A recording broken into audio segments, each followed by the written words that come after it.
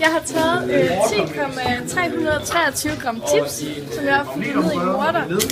Og så knuser jeg dem med en pistil. Og når jeg så skal vi i gang. de her chips, de indeholder per 100 gram 32 gram fedt.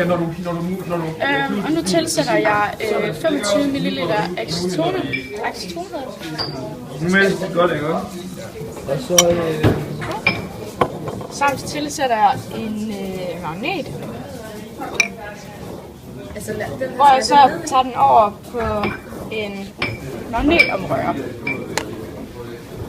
Nu vil vi lave magnetomrører i præcis 5 minutter. Nu så har den fået 5 minutter, så slukker vi, og så fører vi det her acetone over i et andet bæreglas.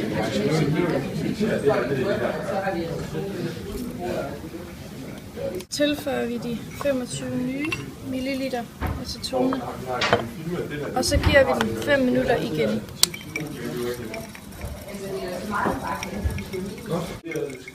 Vi filtrerer opløsningen med chips og acetone 2 gange, fordi at første gang der får man kun 88-90% af fedtet med over.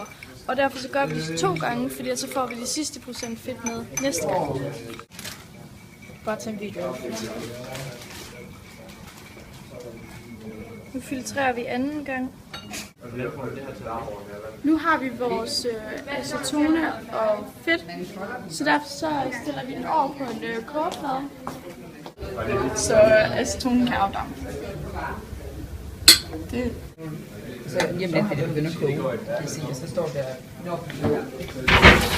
Simpelthen pas på, når man går og lige foretager sig i kemilokalet.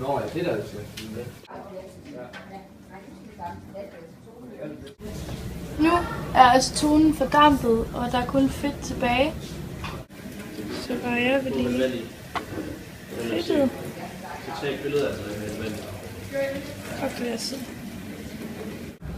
Nu har jeg blandet vores olie med vand, og vandet det er polært. Og det viser sig, at acetonen det har været upolært, fordi det kunne blandes med fedtet før.